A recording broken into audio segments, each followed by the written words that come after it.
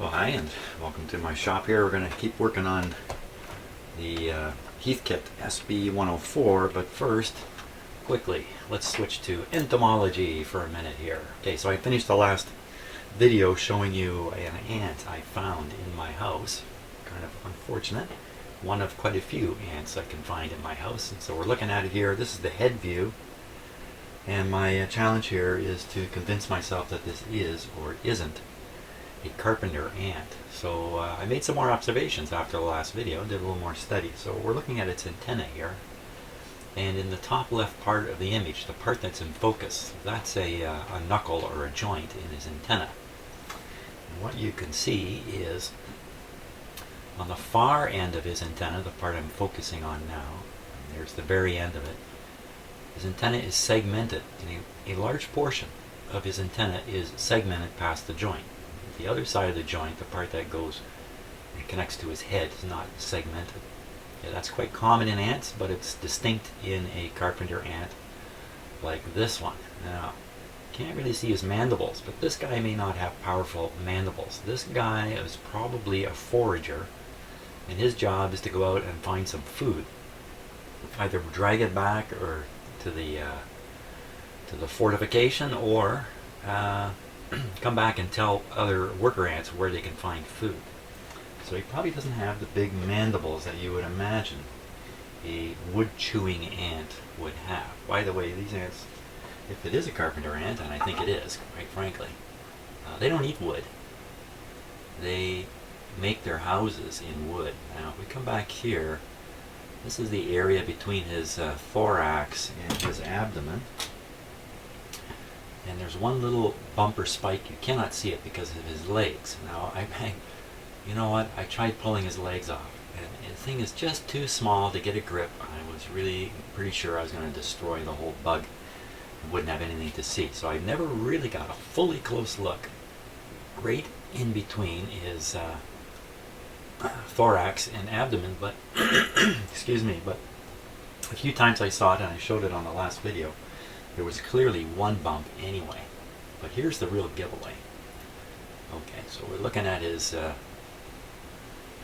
abdomen here, and you see all those hairs on it? Kind of yellowy, goldy colored hairs. And in fact, if you look long enough, you start to realize they're arranged in rings, successive rings going down his back. It's not so obvious in this view.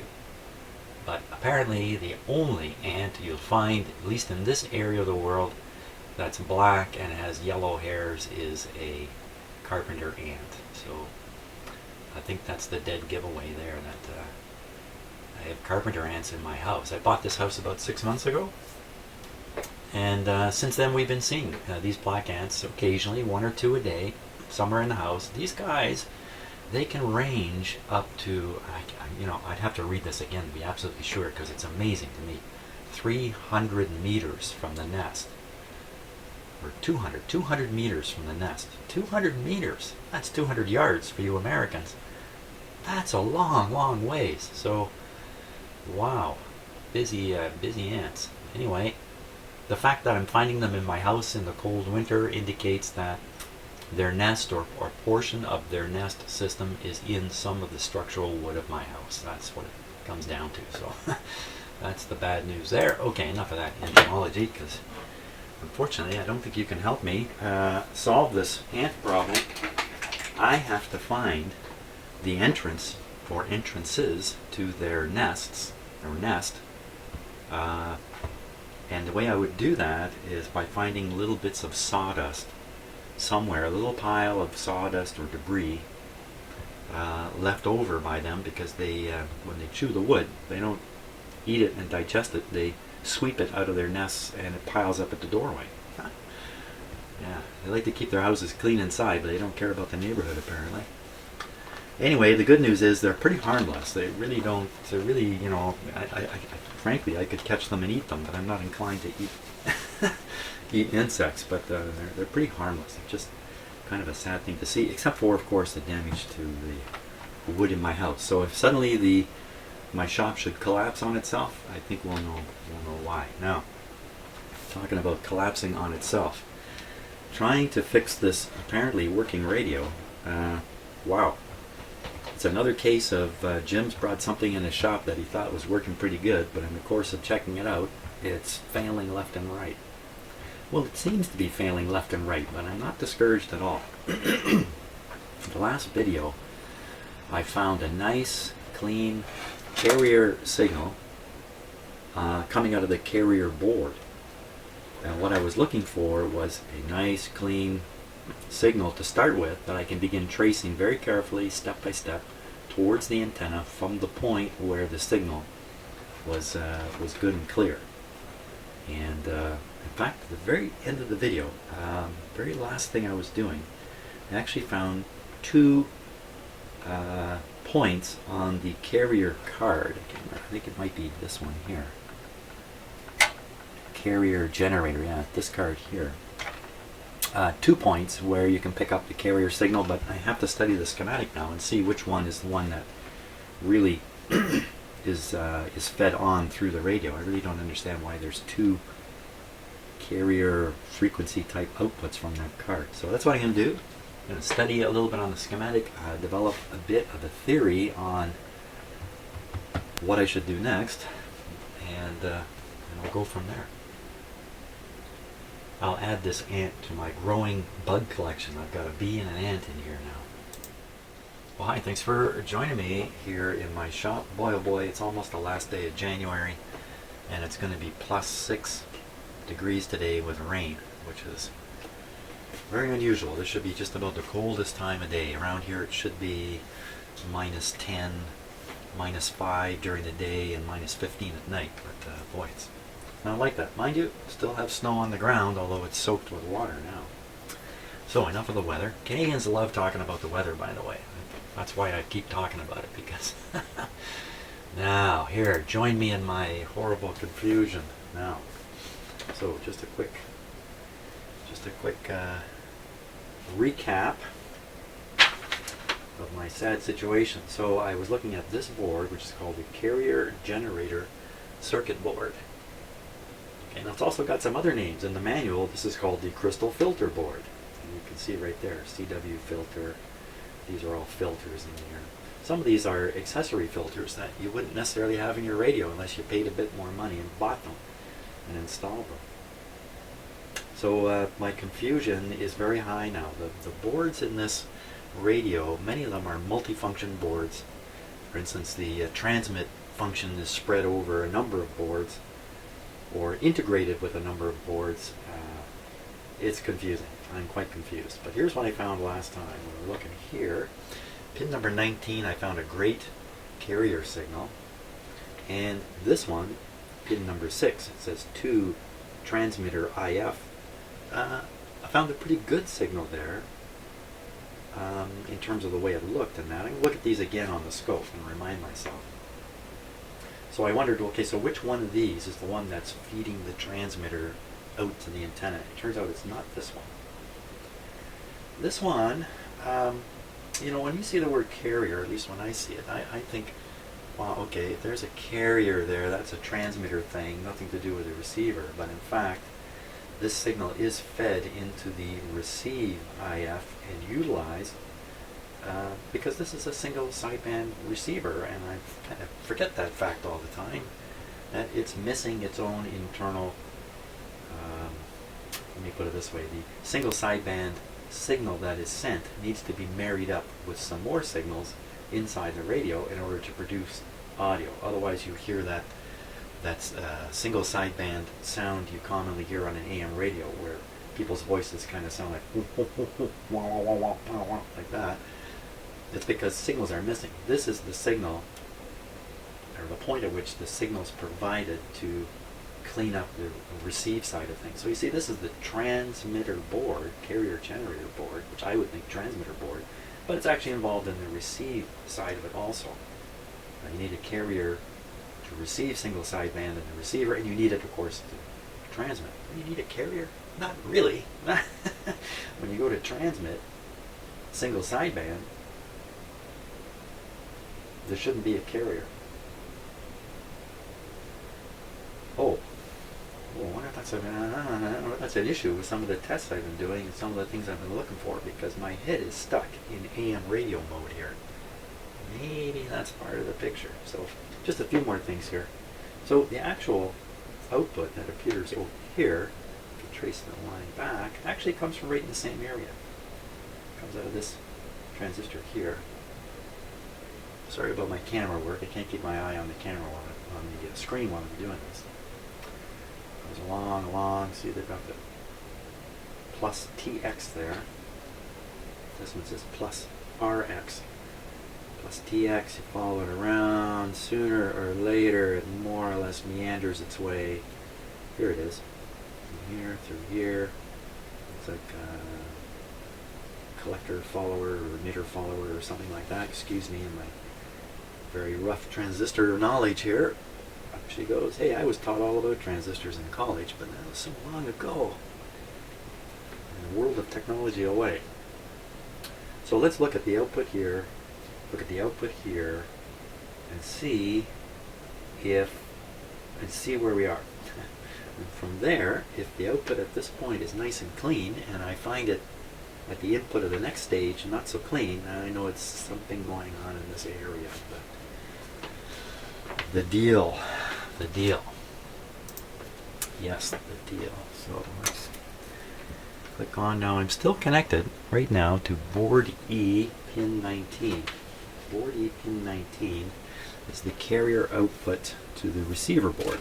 I'm not so interested in, but that's where I saw a nice clean signal. So I remember. I had to stop suddenly my last work session here, so I kind of just abandoned ship suddenly. Not so sure I recall where I was exactly, so we'll figure all this out. So let's get the scope on screen here. Okay, move the whole radio over a bit. Now, right, so we're on 19. Let's switches are off over here. Okay, just high button is out. I'll push the tune button. All kinds of thoughts are going through my head now. Okay, first let's switch on. There we go. We got a lovely carrier signal there. A little hashy at the top. Ignore that. And if we tune, that signal should be varying. Could be it's changing so little I really can't see the change on there. But if we change the band switch here, that should change this dramatically. So those are those high bands with the additional malarkey. This is a lower band. This is 20 meters and 40 meters and 80 meters. And you can see it's nice and clean. Not so good up here though. So I don't know what that's all about. I never transmit on those higher frequencies anyway, so I'm not going to sweat over that. So let's leave it on the lower band setting here. 20 meter band. What's it sound like? Hey, what's it sound like when you switch to the...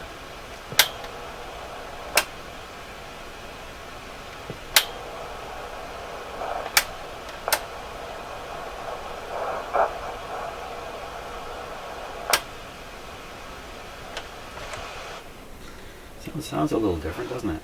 Okay, so that was switching between the 20 meter band and the 20 meter band and the 21 megahertz band. Okay, if you're not confused yet, just hang on tight. I will get you there.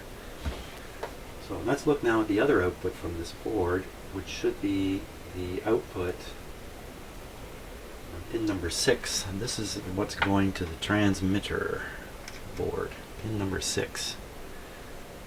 6. Here it is here.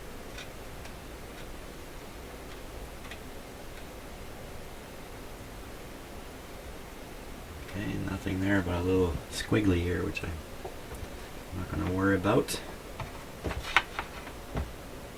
Now, of course, we're not transmitting. There's no signal present. So we'll put this into low power transmit mode using the tune button. There we go. There it is. Look at that. Beautiful. Beautiful. If I go up to the upper bands, same junk appearing, but if I stay away from that, look at that.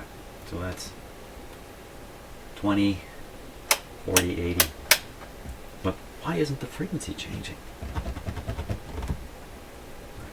Am I totally clued out here on what I'm doing? or is the variable... Well, okay, first of all, it's more likely I'm clued out. That's the more likely correct answer. I mean, there's something I'm missing here. Things are not adding up. Surely to goodness, this frequency should vary as I tune the radio. Well, there it is anyway, coming out of board E on pin 6. And that goes into the transmit IF board. You hear me leaping frantically. Here we are. And it comes in on transmitter IF board C. Board C. Is that correct? That's right. Okay, board C. And it's coming in on pin number... Come on, which pin? Pin number 3.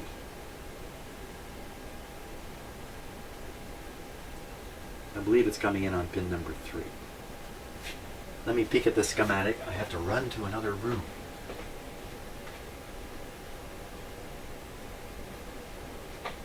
Okay, pin number 3. Yes, I have the schematic laid out in another room because I have to see the entire thing. It's a great big 4x3, 5x3 sheet. Okay. Number 3, board C. Pin 3, board C. So we'll go to board C. And on pin number 3. 1, 2, 3. This should really be the other end of the same cable. Okay, so we should see exactly the same thing. Pin number 3 here. This is in transmit mode. I don't want to forget that. Low power transmit mode. So there we are. There it is. Okay, exactly the same signal. There. So that's what's going into board C. Next time we can look at it easily would be... Wow, okay, I'm going to have to study the schematic. That's as far as I can get here without doing some more studying. Not very far, right? Okay, so it suddenly come clear to me why the signal that we see on the scope doesn't vary with the VFO. Because what I'm looking at here is actually an IF frequency. 3.9 megahertz IF frequency. That's why it doesn't vary. So, so that's the story. I keep reading here. Okay, so pin number 10 on board C is where I can find the VFO signal, which is being mixed with that stable IF signal I've been looking at all this time and misinterpreting. So we'll switch the scope to pin number 10 and have a look at what's there. Pin number 10. 9, 10. So here's pin number 10.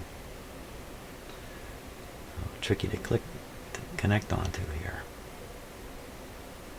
Number 10. Let me get it right here. Okay, that's pretty interesting, isn't it? Look at that. So now I'll bet you if I tune the radio we'll see this change. Can you see it? Or if I change bands, I can see it's stretching out ever so slowly, but if I change bands here, there we are. Ooh, that's ugly. It's another ugly shaped wave. But there it is. Okay, what if we can go up in those higher bands?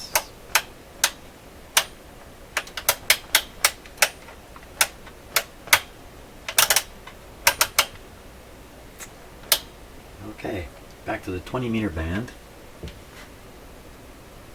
So it's not the cleanest looking signal, but it's probably sufficient. Now that signal, this one here we're looking at on the scope, and the other one we saw get mixed together on this board, and then after that mixing you have the properly modulated transmittable signal, and I should be able to spot that in a nice location of C324. Okay, so let me hunt this down and see if I can get a bend up, move further through the circuit and look for the resulting mixed signal here. Oh, okay, it's a little tough to pick off the signal in the middle of the board because the board is stuffed inside this radio here where it's hard to get at. So an alternative idea here is let's just go look at the output of this board completely, skip through all the circuitry, and the output is pin 24. So I'll reconnect this scope, reconnect my scope to pin 24 on board C. It'll be C24, so here's 24. Okay, and this is what's coming out. Of course, I don't have it in transmit mode right now, so we'll flip it into low power transmit mode. Look at that!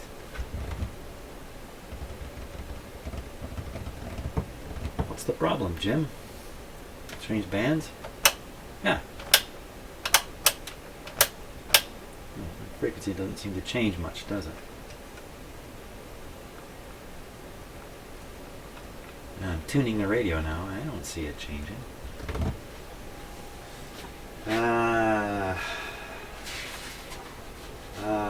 Okay, there's probably more I don't understand, but that's a nice clean looking signal there.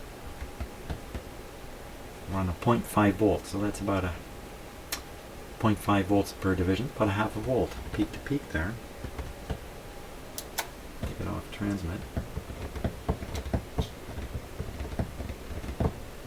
Okay, I'm going to take a look and try to convince myself or explain to myself why the output of this board looks like just more IF frequency. Let me check. Okay, so rather than use the tune function to drive the transmitter, as I've been doing by pushing the tune button here, like so, I see that, I thought, why don't we try triggering the transmitter using either a push to talk, or in my case I'm going to do it with a Morse code key.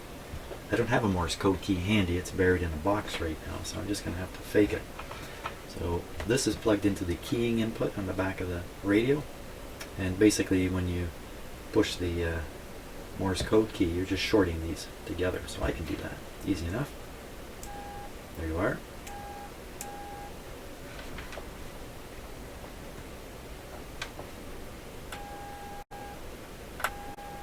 But on the scope, nothing's happening.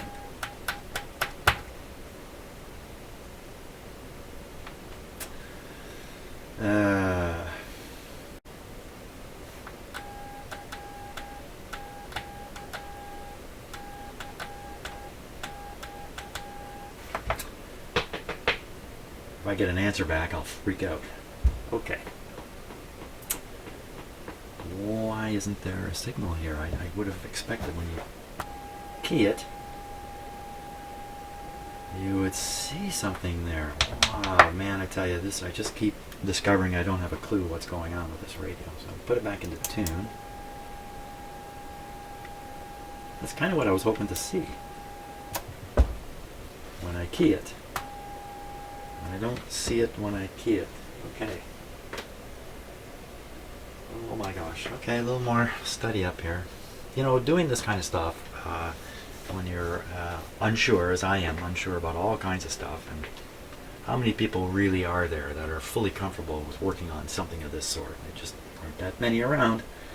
So if you're going to do this kind of stuff, you're going to enter into zones you're just not that comfortable or familiar with.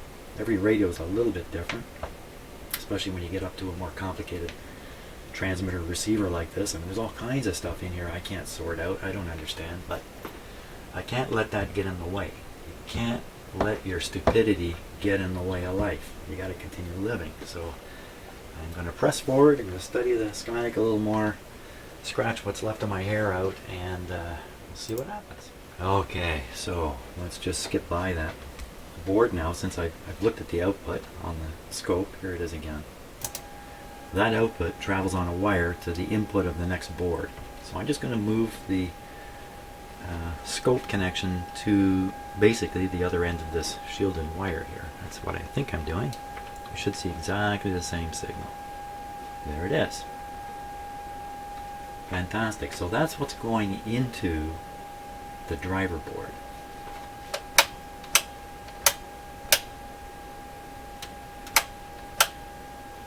Still looks like an IF. I'm changing bands and I'm expecting the frequency to be quite different. It's not. So it still looks like the IF frequency coming through here.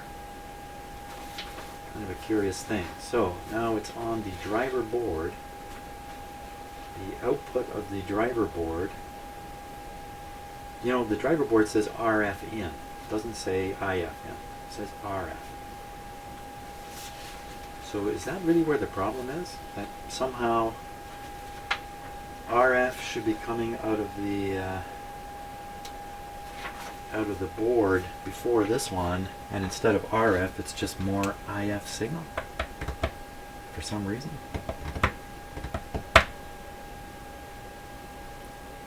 The IF is 3.9 megahertz. That's right in the middle of the range of transmissions that this thing can make. If that signal's making it all the way to the antenna, then there's a 3.9 megahertz signal being transmitted in my shop. Particularly, let's take it off tune for a minute. Oh, this is just craziness now. What I'll do is I'll disconnect from the dummy load. I'll hook up a piece of wire antenna. We'll tune my... And the way the editors have framed that, that's very... Tune my other radio to 3.9.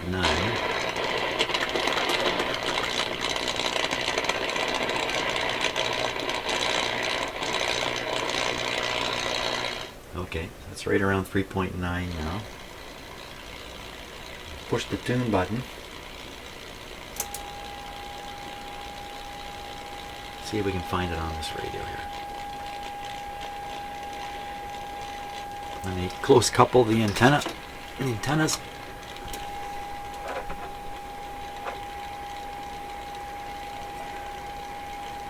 This is total insanity here.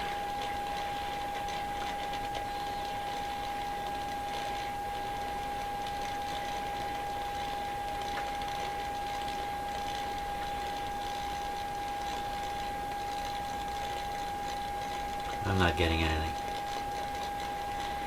Now I think I'm tuned up around 14 megahertz. Let's jump up there. I'm just losing my mind here.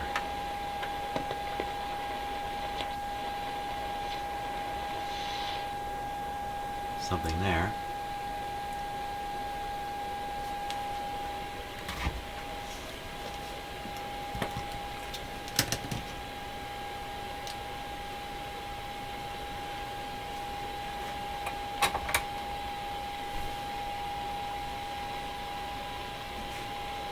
Trying to get rid of the reflection that's on here. Can't really do that. So anyway, you just have to read the number there. 13. So this should be up around 14 actually.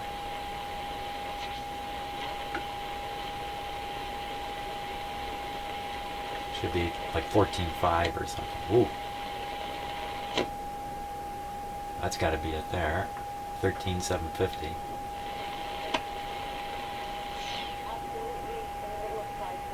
Get out of here. You're picking up short wave down here?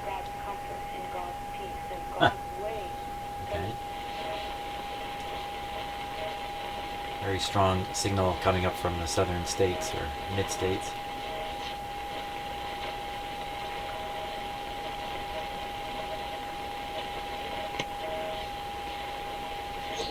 The heavens proclaim the glory of God, and they not only proclaim it. Oh yeah. Okay.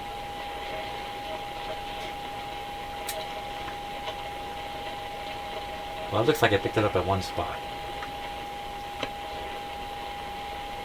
Why do I think this radio is not working? I'm going to tune the transmitter.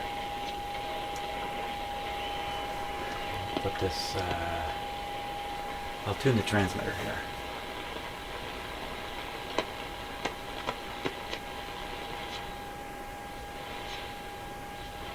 There it is.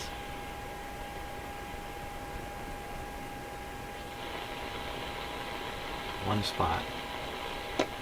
Oh. Another spot.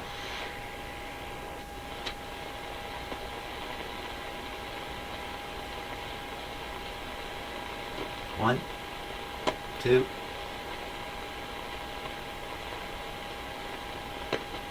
three. There's some weak ones in there. I don't know which one's which.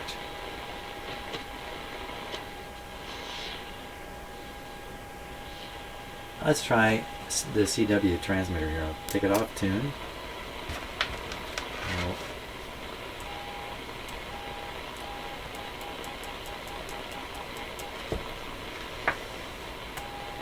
So the tone you hear is coming out of the ham radio speaker. I'll turn it down here.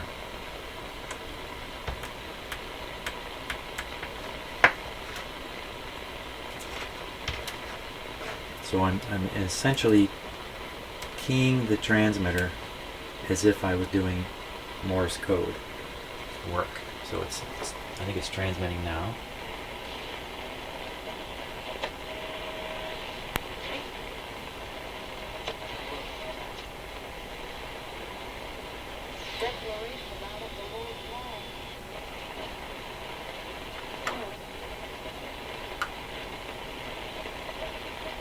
I cannot find it. Oh, jeepers.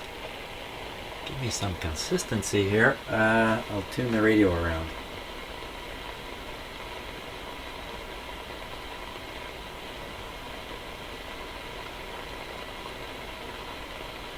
Nothing.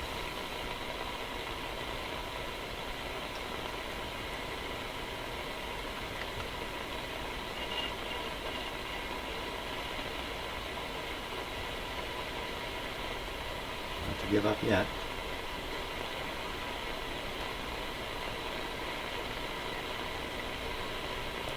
And to give up now. Okay, so that's enough poking around. How much more confusing can any of this get? Still nothing on the scope when it's transmitting keyed in CW. You know, I'm tempted to put the high button on and try some more things, but I'm really worried that I am going to trigger an actual trigger the transmitter to come on. I'm not quite ready for that high power thing to happen.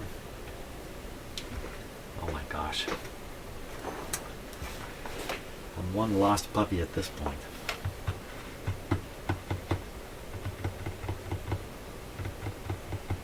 So what are we looking at? We're looking at the input to the driver board. We should see in the low output of the driver board the same signal, only more. Okay, so if I make the signal show up by pushing the tune button, there it is. Now I'm going to move the scope connection to something a little difficult to do here. To a low.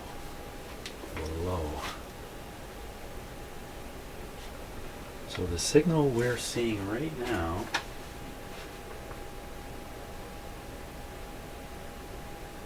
we should be able to no, it's filtered away. I was going to say we should be able to see it on some of the pins on that card, but it's filtered away, blah blah blah. I'm mumbling away. Okay, let me go think some more. Do some more thinking here.